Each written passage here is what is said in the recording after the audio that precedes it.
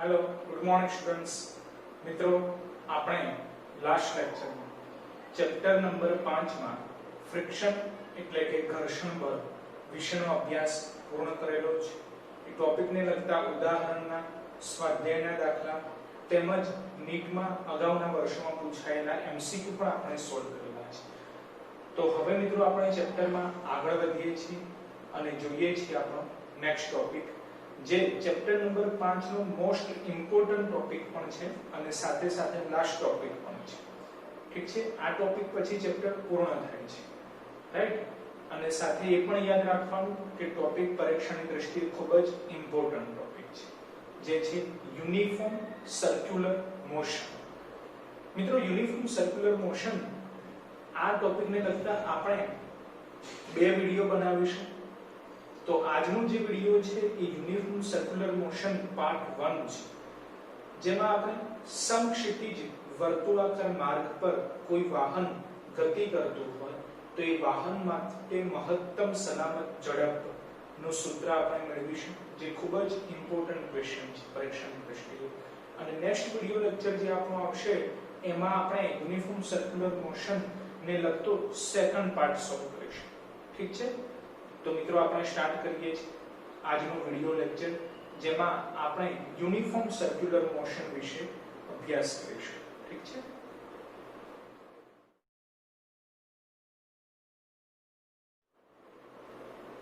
મિત્રો આ ટોપિક માટે ફર્સ્ટ ક્વેશ્ચન પરીક્ષામાં આ રીતે પૂછાઈ શકે, કેન્દ્રગામી બળ નું સૂત્ર મેળવી તેના ઉદાહરણ લખો। મિત્રો યાદ કરો, યુનિફોર્મ સર્ક્યુલર મોશન આપણે ચેપ્ટર નંબર 4 નો લાસ્ટ ટોપિક ભણી ગયેલા। નિયમિત વર્તુળાકાર ગતિ, બોલો કોને કહી શકાય? નિયમિત વર્તુળાકાર ગતિ કોને કહે છે? મિત્રો યાદ કરો, ચેપ્ટર નંબર 4 માં આપણે વ્યાખ્યા આપી હતી કે જ્યારે કોઈ પદાર્થ અચળ ઝડપે વર્તુળાકાર માર્ગે ગતિ કરે છે ત્યારે પદાર્થની તેવી ગતિને નિયમિત વર્તુળાકાર ગતિ કહે છે, રાઈટ। અને ત્યારે આપણે નિયમિત વર્તુળાકાર ગતિ માટે પ્રવેગનું સૂત્ર મેળવ્યું હતું, જેમાં આપણે સૌપ્રથમ સાબિતી આપી હતી કે નિયમિત વર્તુળાકાર ગતિ થતી હોય તો જે પ્રવેગ મળે છે એની દિશા કઈ હોય છે? તો કેન્દ્ર તરફની હોય છે, માટે એ પ્રવેગને આપણે કહીએ છીએ કેન્દ્રગામી પ્રવેગ, જેનું સૂત્ર છે AC = v²/r, રાઈટ। તો હવે મિત્રો આ જે ક્વેશ્ચન છે એમાં આપણે એ કેન્દ્રગામી પ્રવેગ ના સૂત્રનો ઉપયોગ કરવાનો છે અને કેન્દ્રગામી બળનું સૂત્ર મેળવવાનું છે, રાઈટ। તો જોઈએ છે આપણે આકૃતિ દ્વારા સમજૂતી મેળવીએ છીએ, બરાબર છે। તો મિત્રો જુઓ, તો આપણે એવું ધ્યાનમાં લઈએ છીએ કે કોઈ m દળ ધરાવતો પદાર્થ છે, સ્મોલ m દળ ધરાવતો પદાર્થ છે કે જે r ત્રિજ્યા ધરાવતા વર્તુળાકાર માર્ગ પર નિયમિત ઝડપથી ભ્રમણ કરે છે। આ m દળ ધરાવતો કોઈ પદાર્થ છે જે v જેટલી ઝડપથી અચળ ઝડપથી r ત્રિજ્યા ધરાવતા વર્તુળાકાર માર્ગ પર ગતિ કરે છે। તો હમણાં કીધું એ જ પ્રમાણે કે જ્યારે કોઈ પણ પદાર્થ એ વર્તુળાકાર માર્ગે ભ્રમણ કરે અને સાથે તેની ગતિ કેવી હોય? અચળ, ઝડપ અચળ, નિયમિત હોય તો પદાર્થની તેવી ગતિને નિયમિત વર્તુળાકાર ગતિ કહે છે। એટલે અત્યારે આપણે એવું ધ્યાનમાં લીધેલું છે કે પદાર્થ નિયમિત વર્તુળાકાર ગતિ કરે છે, તો એ વર્તુળાકાર માર્ગની ત્રિજ્યા કેટલી છે? r જેટલી છે, રાઈટ। હવે આપણે એવું ધ્યાનમાં લઈએ છીએ કે જે પદાર્થ ગતિ કરે છે એ વિષમ ગતિ માર્ગે ગતિ કરે છે, વિષમ ગતિ માર્ગે ગતિ કરે છે, બરાબર। તો એ પદાર્થના જુદા જુદા સ્થાન માટે આપણે વેગની દિશા નક્કી કરવી છે, કારણ કે આપણને એ તો ખ્યાલ છે કે પદાર્થ કેવી ગતિ કરે છે? નિયમિત વર્તુળાકાર ગતિ। તો ઝડપનું મૂલ્ય કેવું હશે? આ સર્ક્યુલર પાથ જે છે વર્તુળાકાર માર્ગ, એ વર્તુળાકાર માર્ગ પરના કોઈ પણ બિંદુએ વેગનું મૂલ્ય કેવું હશે? એક સમાન હશે, કારણ કે સંપૂર્ણ ગતિ દરમિયાન વેગ કેવો છે? અચળ છે, પરંતુ વેગની દિશા કઈ કઈ હશે એ આપણે નક્કી કરવાનું છે। તેના માટે ચાર જુદા જુદા સ્થાન લઈ લઈએ છીએ। સપોઝ પદાર્થ આ સ્થાને છે, પછી આ સ્થાને છે, પછી આ સ્થાને, એના પછી આ સ્થાને, એવા ચાર જુદા જુદા સ્થાન લીધેલા છે. આ ચારે સ્થાન પાસે આપણે વેગની દિશા નક્કી કરવી છે. બરાબર? તો હવે પદાર્થ વર્તુળાકાર માર્ગે ભ્રમણ કરે છે. તો સિમ્પલ છે, વર્તુળાકાર માર્ગ પરના કોઈ પણ બિંદુ પાસે આપણે વેગની દિશા નક્કી કરવી હોય તો ગતિની દિશામાં સ્પર્શક દોરવો પડે. રાઈટ? તો જે દિશામાં ગતિ થાય છે એ દિશામાં આપણે સ્પર્શક દોરી દઈએ. તો તમે જોઈ શકો છો રેડ કલરથી આપણે સ્પર્શક દોરેલ છે જે વેગની દિશા દર્શાવે છે. બરાબર? જે તે બિંદુ પાસે ગતિની દિશામાં સ્પર્શક દોરવાથી આપણને વેગની દિશા મળશે. તો આ બિંદુ પાસે ગતિની દિશામાં સ્પર્શક દોરવાથી વેગની દિશા નક્કી થશે. રાઈટ? એવી જ રીતે આ બિંદુ પાસે ગતિની દિશામાં સ્પર્શક દોરવાથી વેગની દિશા નક્કી થશે. એ જ રીતે આ બિંદુ પાસે ગતિની દિશામાં સ્પર્શક દોરવાથી વેગની દિશા નક્કી થશે. રાઈટ? ચારે બિંદુઓ પાસે તમે જોઈ શકો છો કે વેગનું મૂલ્ય તો સમાન જ છે કારણ કે નિયમિત વર્તુળાકાર ગતિ થાય છે. અથવા તો આ ચાર સ્થાન સિવાયના આખા વર્તુળાકાર માર્ગ પરનું કોઈ પણ સ્થાન તમે લઈ શકો છો. દરેકે દરેક સ્થાન પાસે વેગનું મૂલ્ય કેવું રહેવાનું છે? એક સમાન રહેવાનું છે. પરંતુ તમે જોઈ શકો છો કે વેગની દિશા સતત બદલાતી રહે છે. તો જ્યારે મિત્રો યાદ રાખો કે વેગની દિશા બદલાય અથવા તો વેગનું મૂલ્ય બદલાય, બેમાંથી ગમે તે એક બદલાય તો પ્રવેગ ઉદ્ભવે છે, જે આપણે ચેપ્ટર નંબર 4 માં પણ વાતચીત કરી હતી. તો અત્યારે વેગનું મૂલ્ય ફિક્સ છે પરંતુ વેગની દિશા સતત બદલાતી રહે છે, જે કારણોસર પ્રવેગ ઉદ્ભવે છે. અને મિત્રો આપણે ચેપ્ટર નંબર 4 માં ડિસ્કસ કરેલું છે એ જ પ્રમાણે કે આ કિસ્સામાં એટલે કે નિયમિત વર્તુળાકાર ગતિના કિસ્સામાં જે પ્રવેગ ઉદ્ભવે છે એની દિશા કેવી હોય છે? કેન્દ્ર તરફની હોય છે. માટે એને આપણે કહીએ છીએ કેન્દ્રગામી પ્રવેગ, જેનું સૂત્ર છે AC બરાબર v²/r, જ્યાં v શું છે? તો પદાર્થની અચળ ઝડપ છે, જેનો સિમ્બોલ આપણે v લીધેલો છે, અને r શું છે? જે સર્ક્યુલર પાથ છે એટલે કે વર્તુળાકાર માર્ગ છે, એની ત્રિજ્યા છે કેપિટલ R છે. ઓકે? આ સૂત્રની તારણી આપણે ચેપ્ટર નંબર 4 માં અભ્યાસ કરી ચૂક્યા છીએ. હવે આપણે આ સૂત્રની મદદથી કેન્દ્રગામી બળનું સૂત્ર મેળવવાનું છે. તો સિમ્પલ છે, ન્યૂટનના ગતિના બીજા નિયમ પરથી આપણે કહી શકીએ કે જો આપણી જોડે પ્રવેગનું સૂત્ર હોય તો F બરાબર ma સૂત્ર ઉપરથી આપણે બળનું સૂત્ર મેળવી શકીએ છીએ. એટલે F બરાબર ma. પરંતુ આપણને ખ્યાલ છે કે જે પ્રવેગ છે કેવો છે? સેન્ટ્રીફ્યુગલ એસિલરેશન, ધેટ મીન્સ કે કેન્દ્રગામી પ્રવેગ છે. તો જે બળ મળે એ પણ કેવું હોવું જોઈએ? સેન્ટ્રીફ્યુગલ ફોર્સ એટલે કે કેન્દ્રગામી હોવું જોઈએ. રાઈટ? કારણ કે સિમ્પલ છે, બોલો દળને કોઈ દિશા છે? નથી. દળને દિશા નથી તો સિમ્પલ, બોલો બળની દિશા કઈ હોઈ શકે? બળની દિશા કઈ હોઈ શકે? તો જે દિશા પ્રવેગની છે એ જ દિશા બળની હોઈ શકે. બોલો પ્રવેગની દિશા કઈ છે? બોલો પ્રવેગની દિશા કેન્દ્ર તરફની. તો પછી બળની દિશા પણ કઈ હોય? કેન્દ્ર તરફની હોય. માટે એવા બળને આપણે શું નામ આપેલું છે? કેન્દ્રગામી બળ. રાઈટ? તો તમે જોઈ શકો છો ચારે પદાર્થના અલગ અલગ સ્થાન માટે એટલે પદાર્થના ચાર અલગ અલગ સ્થાન માટે આપણે કેન્દ્રગામી બળ દર્શાવેલું છે રેડ કલરથી સદિશ FC વડે. જે કેન્દ્રગામી છે માટે એને આપણે કેન્દ્ર તરફ દર્શાવેલું છે. જો સપોઝ પદાર્થ આ સ્થાને છે તો જે બળ લાગે છે એ કેન્દ્રગામી બળ છે FC. એ જ પદાર્થ ગતિ કરતો કરતો આ સ્થાને પહોંચે તો જે બળ લાગે છે એ કેન્દ્રગામી બળ છે FC. તો તમે જોઈ શકો છો પદાર્થના ચારે જુદા જુદા સ્થાન માટે આપણે કેન્દ્રગામી બળ FC એ નામ પ્રમાણે કેન્દ્ર તરફ દર્શાવેલું છે. રાઈટ? તો હવે એનું સૂત્ર આપણે મેળવવાનું છે. તો FC બરાબર MAC, તો FC બરાબર M as it is. બોલો AC નું સૂત્ર v²/r, તો v²/r. તો આપણને સૂત્ર મળી ગયું mv²/r. હવે થી આ સૂત્ર ડાયરેક્ટ યાદ રાખવાનું. બોલો કેન્દ્રગામી બળનું સૂત્ર mv²/r. રાઈટ? તો ચલો કેન્દ્રગામી બળનું સૂત્ર આપણે મેળવવાનું હતું જે મળી ગયું. બરાબર? હવે એના ઉદાહરણો આપણે ધ્યાનમાં લેવાના તો મિત્રો ઉદાહરણ માટે આપણે ફક્ત એટલું જ યાદ રાખવાનું છે કે કોઈ પણ પદાર્થ આવી રીતે વર્તુળાકાર માર્ગે ભ્રમણ ક્યારે કરી શકે, જ્યારે આ થિયરીના આધારે આપણે કહી શકીએ કે જ્યારે પદાર્થ પાસે જરૂરી કેન્દ્રગામી બળ હોય ત્યારે જ પદાર્થ વર્તુળાકાર માર્ગે ભ્રમણ કરી શકે છે.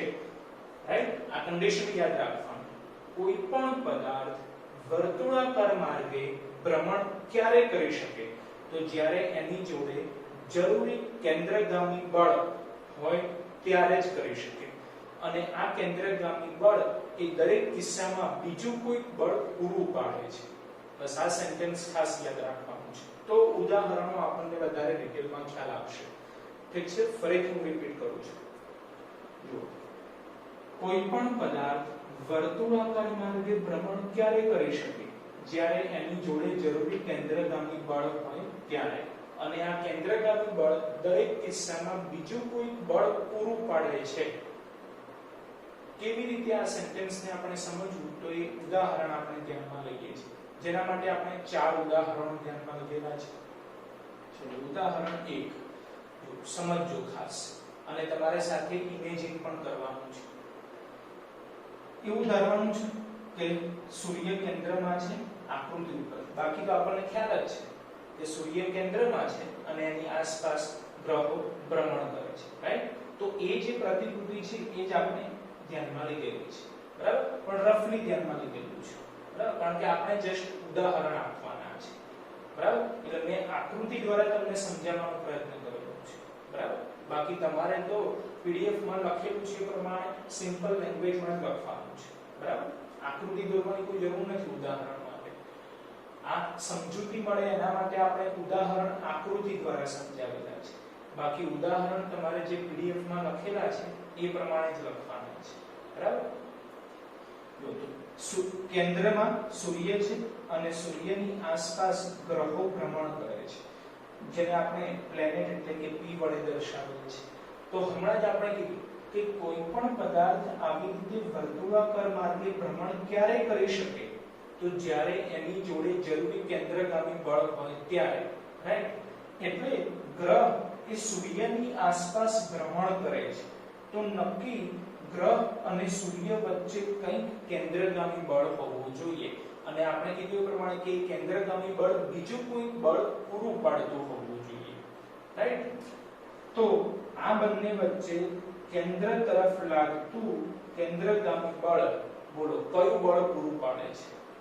તેના માટે ફરીથી ક્વેશ્ચન કરવાનો કે સૂર્યની આસપાસ ગ્રહો શા માટે ભ્રમણ કરે છે? બોલો આન્સર. સૂર્ય કેન્દ્રમાં છે અને એની આસપાસ ગ્રહો શા માટે ભ્રમણ કરે છે? તો આપણને ખ્યાલ છે કે સૂર્યનું દળ સૌથી વધારે છે અને ગ્રહોનું દળ એના કરતા ઓછું છે. એટલે બંનેના દળના કારણે તેમની વચ્ચે કયું બળ લાગે છે? ગુરુત્વાકર્ષી બળ. અને ગુરુત્વાકર્ષી બળના કારણે બાકીના બધા જ ગ્રહો સૂર્ય તરફ આકર્ષણ અનુભવે છે અને સૂર્યની આસપાસ ભ્રમણ કરે છે. તો એવું કહી શકાય કે અત્યારે જે જરૂરી કેન્દ્રગામી બળ છે એ કોણ પૂરું પાડે છે? તો સૂર્ય અને ગ્રહ વચ્ચે લાગતું ગુરુત્વાકર્ષી બળ પૂરું પાડે છે. એટલે પહેલું ઉદાહરણ તમને ખ્યાલ આવ્યું કે સૂર્ય કેન્દ્રમાં છે અને એની આસપાસ ગ્રહો ભ્રમણ કરે છે. તો ગ્રહોના સૂર્યની આસપાસના ભ્રમણ માટે જરૂરી કેન્દ્રગામી બળ તે સૂર્ય અને ગ્રહ વચ્ચે લાગતું ગુરુત્વાકર્ષી બળ પૂરું પાડે છે. રાઈટ, બોલો ખ્યાલ આવે પહેલું ઉદાહરણ? સેમ જ રીતે બીજું ઉદાહરણ ધ્યાનમાં લઈએ છીએ. બીજું ઉદાહરણ જેમાં આપણને ખ્યાલ છે કે પરમાણુનું કેન્દ્ર, જેને આપણે ન્યુક્લિયસ કહીએ છીએ, એમાં કયા બે કણો રહેલા છે? તો પ્રોટોન અને ન્યુટ્રોન. જેમાં આપણને એ પણ ખ્યાલ છે કે ન્યુટ્રોન વિદ્યુતની દ્રષ્ટિએ તટસ્થ છે અને પ્રોટોન એ વિદ્યુતની દ્રષ્ટિએ પોઝિટિવ છે. અને આ ન્યુક્લિયસની આસપાસ ઇલેક્ટ્રોન વર્તુળાકાર માર્ગે ભ્રમણ કરે છે અને ઇલેક્ટ્રોન વિદ્યુતની દ્રષ્ટિએ નેગેટિવ છે. રાઈટ, તો મિત્રો ન્યુટ્રોન એ વિદ્યુતની દ્રષ્ટિએ તટસ્થ છે, માટે એને આપણે ન્યુક્લિયસની અંદર અત્યારે દર્શાવેલ નથી, ફક્ત પ્રોટોન દર્શાવેલ છે. તમે જોઈ શકો છો આ પરમાણુ છે અને પરમાણુનું કેન્દ્ર જેને આપણે ન્યુક્લિયસ કહીએ છીએ એમાં ન્યુટ્રોન આપણે દર્શાવ્યું નથી, પણ આપણને ખ્યાલ છે કે ન્યુટ્રોન હોય સાથે પ્રોટોન પણ હોય, પણ આપણે ફક્ત પ્રોટોન જ દર્શાવ્યું છે, જેની સંખ્યા p+ છે, એટલે કે એનો ચાર્જ કેટલો છે તો પોઝિટિવ છે, રાઈટ? અને એની આસપાસ ઇલેક્ટ્રોન વર્તુળાકાર માર્ગે ભ્રમણ કરે છે, રાઈટ? તો ઇલેક્ટ્રોન આપણે દર્શાવ્યું છે જેનો ચાર્જ આપણને ખ્યાલ છે કે નેગેટિવ હોય છે. તો હવે આપણે કીધું પ્રમાણે કે કોઈ પણ પદાર્થના વર્તુળાકાર માર્ગના ભ્રમણ માટે જરૂરી છે કેન્દ્રગામી બળ, રાઈટ? અને એ કેન્દ્રગામી બળ બીજું કોઈ બળ પૂર્ણ પાડે છે. તો આ કિસ્સામાં કેન્દ્રગામી બળ તરીકે કયું બળ છે, એટલે કે એવું કયું બળ છે કે જેના કારણે ઇલેક્ટ્રોન એ આ ન્યુક્લિયસની આસપાસ વર્તુળાકાર માર્ગે ભ્રમણ કરી શકે છે. જે રીતે આ કિસ્સામાં પ્લેનેટને એટલે કે ગ્રહને વર્તુળાકાર માર્ગના ભ્રમણ માટે જરૂરી કેન્દ્રગામી બળ કોણ પૂરું પાડે છે તો ગુરુત્વાકર્ષણ બળ. એવી જ રીતે મિત્રો યાદ રાખો કે ઇલેક્ટ્રોન કે જેનો ચાર્જ નેગેટિવ છે અને પ્રોટોન કે જેનો ચાર્જ પોઝિટિવ છે, બંનેના ચાર્જના કારણે એટલે કે બંને ઉપરના વિદ્યુત ભારના કારણે તેમની વચ્ચે કયું બળ લાગે છે તો વિદ્યુતીય બળ લાગે છે. મિત્રો આ વિદ્યુતીય બળ વિશે એટલે કે જેને બીજા શબ્દોમાં કહે છે કુલંબ બળ, એના વિશે તમે ધોરણ 12 માં ચેપ્ટર નંબર 1 માં ડિટેલમાં ભણશો, રાઈટ? અત્યારે ફક્ત એટલું યાદ રાખવાનું છે કે જે રીતે પદાર્થનું દળ છે તો એ પદાર્થના દળના કારણે તેમની વચ્ચે ગુરુત્વાકર્ષી બળ લાગે છે, એવી રીતે મૂળભૂત કણો ઉપરનો કંઈક વિદ્યુત ભાર છે અને વિદ્યુત ભારના કારણે તેમની વચ્ચે વિદ્યુતીય બળ લાગે છે. અને અત્યારે આ ઇલેક્ટ્રોન એ આ ન્યુક્લિયસની આસપાસ ભ્રમણ કરે છે, કારણ કે એ ભ્રમણ માટે જરૂરી કેન્દ્રગામી બળ એ આ બંને કણો વચ્ચે લાગતું વિદ્યુતીય બળ પૂર્ણ પાડે છે, રાઈટ? એટલે બીજું ઉદાહરણ આપણે આ રીતે આપી શકીએ કે પરમાણુની અંદર ઇલેક્ટ્રોનના વર્તુળાકાર માર્ગના ભ્રમણ માટે જરૂરી કેન્દ્રગામી બળ એ પ્રોટોન અને ઇલેક્ટ્રોન વચ્ચે લાગતું વિદ્યુતીય બળ અથવા તો કુલંબીય બળ પૂર્ણ પાડે છે. બોલો, ખ્યાલ આવ્યો બે ઉદાહરણ? ચલો જોઈએ ત્રીજું ઉદાહરણ, એટલે હજી વધારે ખ્યાલ આવતો જશે. ત્રીજું ઉદાહરણ આપણે ખૂબ જ ધ્યાનથી સમજવાનું છે અને થોડું ઇમેજિન કરવું પડશે વધારે પડતું ઇમેજિન. જેમ કે આપણે કોઈ દોરી ધ્યાનમાં લઈએ છીએ અને તમારે દોરી તરીકે સમજવાનું છે. દોરીના છેડે પથ્થર બાંધી દઈએ, રાઈટ? અને હવે આપણે દોરીને આ રીતે ગોળ ફેરવીએ છીએ, બરાબર? એ પરિસ્થિતિ આપણે આકૃતિમાં દર્શાવીએ છીએ. દોરીના છેડે પથ્થર બાંધી આપણે દોરીને ગોળ ફેરવીએ છીએ. તો સિમ્પલ આપણને ખ્યાલ આવી જાય કે દોરીની જે લંબાઈ હોય એ વર્તુળાકાર માર્ગની ત્રિજ્યા બનશે, રાઈટ? આ વર્તુળાકાર માર્ગ છે, બરાબર? આ વર્તુળાકાર માર્ગની ત્રિજ્યા એ જ દોરીની લંબાઈ થશે અને દોરીના છેડે આપણે પથ્થર બાંધી દીધો છે, બરાબર? તો પથ્થરને આપણે આ રીતે ગોળ ગોળ ફેરવીએ છીએ, રાઈટ? દોરીના છેડે બાંધીને. તો હમણાં જ આપણે કીધું કે કોઈ પણ પદાર્થ આ રીતે વર્તુળાકાર માર્ગે ભ્રમણ ક્યારે કરી શકે જ્યારે એની જોડે જરૂરી કેન્દ્રગામી બળ હોય ત્યારે. તો આ કિસ્સામાં એ કેન્દ્રગામી બળ કોણ પૂરું પાડે છે? ચલો વિચારો જરા. જે રીતે પહેલા ઉદાહરણમાં પ્લેનેટ અને ગ્રહ સૂર્ય વચ્ચે ગુરુત્વાકર્ષી બળ લાગે છે, એ કેન્દ્રગામી બળનું કાર્ય કરે છે. બીજા કિસ્સામાં ઇલેક્ટ્રોન અને પ્રોટોન વચ્ચે વિદ્યુતીય બળ લાગે છે, જે કેન્દ્રગામી બળ તરીકેનું કાર્ય કરે છે. એવી જ રીતે આ ત્રીજા ઉદાહરણમાં એવું કયું બળ લાગે છે કે જેના કારણે આ પથ્થર વર્તુળાકાર માર્ગે ભ્રમણ કરી શકે છે, એટલે કે એવું કયું બળ છે કે જે કેન્દ્રગામી બળનું કાર્ય પૂરું કરે છે? તો સિમ્પલ છે કે આપણે હમણાં જ ભણી ગયા અગાઉ જ કે જ્યારે પણ દોરીના છેડે પથ્થર બાંધીએ તો દોરીમાં કયું બળ ઉદ્ભવે? બોલો, તણાવ બળ, રાઈટ? તો એ તણાવ બળ મિત્રો અત્યારે કેન્દ્રગામી બળનું કાર્ય કરે છે, ઠીક છે?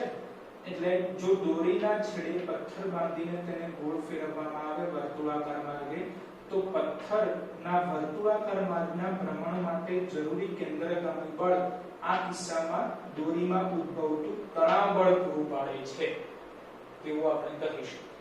ઠીક છે. ચલો જોઈએ ચોથું ઉદાહરણ. ચોથું ઉદાહરણ હજી વધારે ઇમેજિન કરવાનું છે. જો ચોથા ઉદાહરણ માટે આપણે કોઈ સમક્ષિતિજ વર્તુળાકાર માર્ગ ધ્યાનમાં લઈએ છીએ. સમક્ષિતિજ વર્તુળાકાર માર્ગ એટલે એવો કયો માર્ગ? તો મિત્રો આપણે એવું ઇમેજિન કરવાનું કે આપણે વાહન લઈને બહાર રસ્તા ઉપર જઈ રહ્યા છીએ. અચાનક સિગ્નલ આવે છે, રેડ લાઈટ છે, એટલે આપણું વાહન સ્ટોપ છે. પરંતુ ત્યાં ચાર રસ્તા છે, એટલે કે ક્રોસ રોડ છે. અને મિત્રો તમે જોયું હોય તો કેટલાક મોટા સિટીમાં જ્યાં ક્યાંય પણ ચાર રસ્તા હોય ત્યાં મોસ્ટ ઓફ સર્કલ હોય છે, રાઈટ? અને સર્કલને પાર કરીને આપણે સામેની તરફ જવું પડે છે. આ રીતની સિસ્ટમ હોય છે જેથી ટ્રાફિકના સોલ્યુશન થઈ શકે, રાઈટ? તો એ જે સર્કલ છે એ જ સર્કલ તમારે અત્યારે વિચારવાનું છે. સમક્ષિતિજ વર્તુળાકાર માર્ગ એટલે આપણે જસ્ટ સિમ્પલ એવું વિચારવાનું કે ચાર રસ્તા પાસે આવતું સર્કલ. ઠીક છે. તો હવે આપણે એવું વિચારવાનું છે કે ચાર રસ્તા પાસે આપણું વ્હીકલ ઉભેલું છે અને આખો સમક્ષિતિજ વર્તુળાકાર માર્ગ છે, એટલે કે આ રીતે સર્કલ છે અને સર્કલને આપણે વર્તુળાકાર માર્ગે ભ્રમણ કરવાનું છે અને પછી આપણે આપણા રસ્તા ઉપર જઈ શકીએ છીએ. એ રીતનું જ આખો પાથ બનાવેલો છે, બરાબર? તો આપણે વર્તુળાકાર માર્ગે ભ્રમણ કરવું પડે, રાઈટ? તો હમણાં જ આપણે કીધું કે પદાર્થ વર્તુળાકાર માર્ગે ભ્રમણ ક્યારે કરી શકે? જ્યારે એની જોડે જરૂરી કેન્દ્રગામી બળ હોય ત્યારે. તો એ કિસ્સામાં આપણું વાહન એ સર્કલની આસપાસ વર્તુળાકાર માર્ગે ભ્રમણ ક્યારે કરી શકે? જ્યારે આપણી જોડે પણ એટલે કે આપણા વ્હીકલ જોડે પણ જરૂરી કેન્દ્રગામી બળ હોય ત્યારે જ આપણું વાહન આ રીતે વર્તુળાકાર માર્ગે ભ્રમણ કરી શકે. તો એ કિસ્સામાં જરૂરી કેન્દ્રગામી બળ કોણ પૂરું પાડે છે? વિચારો. તો સિમ્પલ છે કે આપણે વાહનને આ રીતે ગોળ ફેરવીએ છીએ તો વાહન પરથી આપણે પડી કેમ નથી જતા? કારણ કે આપણો એક્સિલેટરનો અને બ્રેકનો કંટ્રોલ છે, સાથે આપણા ટાયર એટલે કે વાહનના ટાયર અને રસ્તા વચ્ચે જે ઘર્ષણ બળ લાગે છે એ ઘર્ષણ બળના કારણે મિત્રો આપણે સરળતાથી માર્ગ ઉપર વાહન ચલાવી શકીએ છીએ. તો આ કિસ્સામાં જે ઘર્ષણ બળ ઉદ્ભવે છે એ ઘર્ષણ બળ જ કેન્દ્રગામી બળનું કાર્ય કરે છે એવું આપણે કહી શકીએ.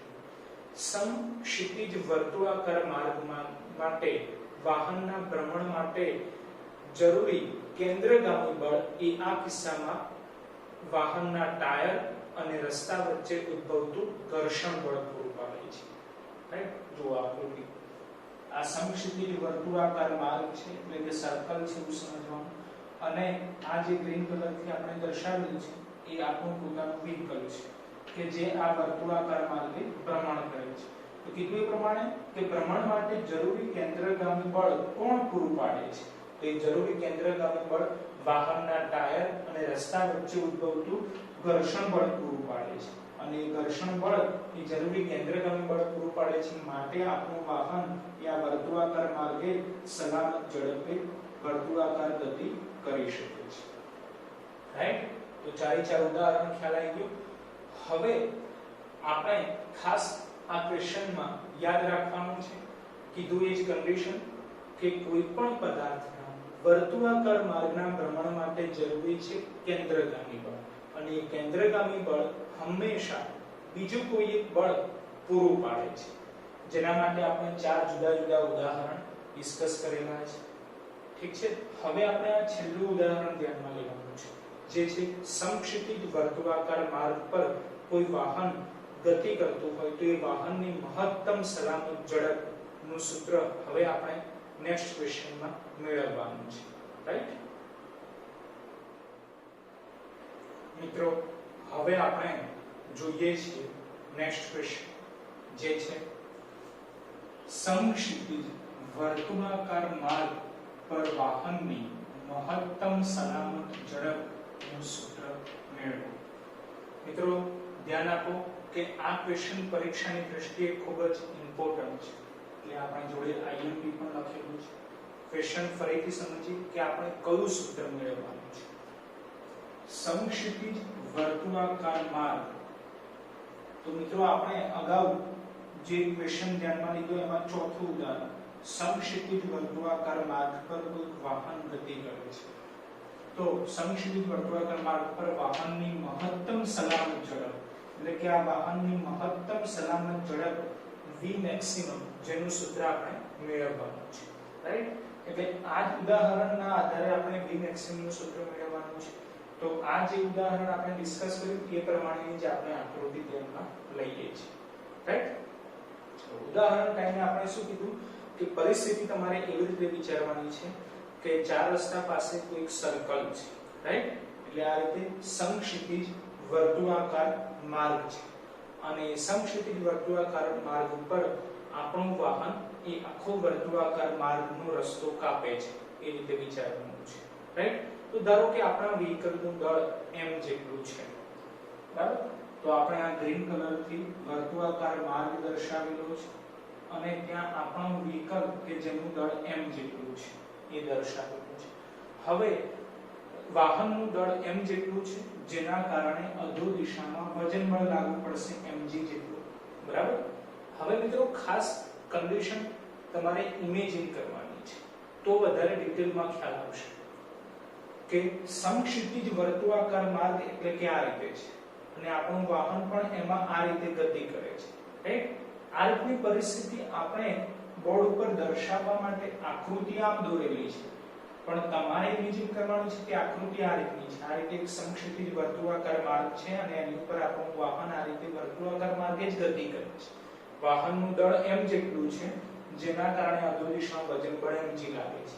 રાઈટ? હવે એ જ પરિસ્થિતિ તમારે આ રીતે વિચારવાની છે. આ સમક્ષિતિજ વર્તુળાકાર માર્ગ છે, આ વાહન છે. રાઈટ? વાહનનું દળ m જેટલું છે, જેના કારણે અધો દિશામાં વજન બળ લાગુ પડશે mg જેટલું, જે આપણે દર્શાવેલું છે. હવે આ જે સમક્ષિતિજ માર્ગ છે એ વાહન ઉપર ઉર્ધ્વ દિશામાં વાહનની સપાટીને લંબ રૂપે બળ લાગુ પડે, જેને આપણે કહીશું લંબ બળ, જેનો સિમ્બોલ આપણે લઈએ છીએ n જેટલો. તો એ પણ આપણે દર્શાવેલું છે. ઓકે? અગાઉ આપણે કીધું પ્રમાણે કે વાહનના વર્તુળાકાર માર્ગના ભ્રમણ માટે જરૂરી છે કેન્દ્રગામી બળ, અને કેન્દ્રગામી બળ કોણ પૂરું પાડે છે? તો ઘર્ષણ બળ પૂરું પાડે છે. રાઈટ? તો એ જ આપણે દર્શાવેલું છે કેન્દ્રગામી બળ Fc, જે કોણ પૂરું પાડે છે? ઘર્ષણ બળ સ્મોલ f પૂરું પાડે છે. રાઈટ?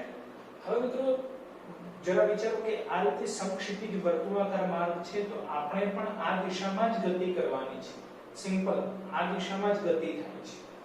તો એવું કહી શકાય કે ઉર્ધ્વ દિશામાં અથવા અધો દિશામાં, ઉપરથી નીચે, નીચેથી ઉપર તરફ y અક્ષને સમાંતર કોઈ પણ રીતે ગતિ થતી નથી. અને જો એ દિશામાં ગતિ ન થતી હોય તો કહી શકાય કે એ દિશામાં પદાર્થ કેવી અવસ્થામાં છે? સ્થિર અવસ્થામાં છે. પદાર્થ જો સ્થિર અવસ્થામાં હોય તો આપણે શું કહી શકીએ? ઉર્ધ્વ દિશામાં લાગતું બળ બરાબર અધો દિશામાં લાગતું બળ, ડાબી તરફ લાગતું બળ બરાબર જમણી તરફ લાગતું બળ. પરંતુ ફક્ત ઉર્ધ્વ દિશા, અધો દિશા એટલે કે y અક્ષને સમાંતર ગતિ થતી નથી. ધેટ મીન્સ કે y અક્ષની દિશામાં એટલે કે ઉર્ધ્વ દિશામાં લાગતું બળ બરાબર અધો દિશામાં લાગતું બળ આપણે કહી શકીએ, કારણ કે દિશામાં પદાર્થ ગતિ કરતો નથી. એટલે કેવી અવસ્થામાં છે? સ્થિર અવસ્થામાં છે. રાઈટ? એટલે જુઓ, ઉર્ધ્વ દિશા એટલે કે આ દિશા, ઉર્ધ્વ દિશામાં વાહનની ગતિ થતી ન હોવાથી એવું કહી શકાય કે ઉર્ધ્વ દિશામાં લાગતું બળ બરાબર અધો દિશામાં લાગતું બળ, એટલે કે n બરાબર mg, જેને આપણે સમીકરણ 1 કહીએ છીએ. ફરીથી આ પરિસ્થિતિ આ રીતે સમજવાની છે કે આ સમક્ષિતિજ વર્તુળાકાર માર્ગ છે. રાઈટ? એટલે આપણી ગતિ આ રીતે થવાની છે, આ રીતે. બરાબર? આ વાહન છે, આપણી ગતિ આ રીતે થવાની છે. અને જો ગતિ આપણી આ રીતે થતી હોય તો અધો દિશામાં વજન બળ mg અને ઉર્ધ્વ દિશામાં લાગતું લંબ બળ n, આ દિશામાં કોઈ પણ પ્રકારની ગતિ થતી નથી, માટે n બરાબર mg લખી શકાય. ઓકે? પરંતુ આ દિશામાં ગતિ થાય છે, એટલે કીધું એ પ્રમાણે આ રીતની ગતિ થાય છે, આ રીતની ગતિ થાય છે. તો એ ગતિ થાય છે અને એ ગતિ વર્તુળાકાર ગતિ છે. તો કીધું એ પ્રમાણે કે વર્તુળાકાર ગતિ માટે જરૂરી છે કેન્દ્રગામી બળ Fc. આ કિસ્સામાં કોણ પૂરું પાડે છે? તો ઘર્ષણ બળ પૂરું પાડે છે. બસ એ જ કન્ડિશનનો ઉપયોગ કરવાનો છે. અને v મેક્સિમમ નું સૂત્ર આપણે મેળવવાનું છે. સમક્ષિતિજ માર્ગે વાહનના ભ્રમણ માટે જરૂરી કેન્દ્રગામી બળ ઘર્ષણ બળ પૂરું પાડે છે. ઓકે, એટલે Fc બરાબર F, બોલો Fc નું સૂત્ર mv²/r, બોલો F એટલે કે ઘર્ષણ બળનું સૂત્ર જે આપણે લાસ્ટ લેક્ચરમાં ભણી ગયેલા છે μsn, બરાબર.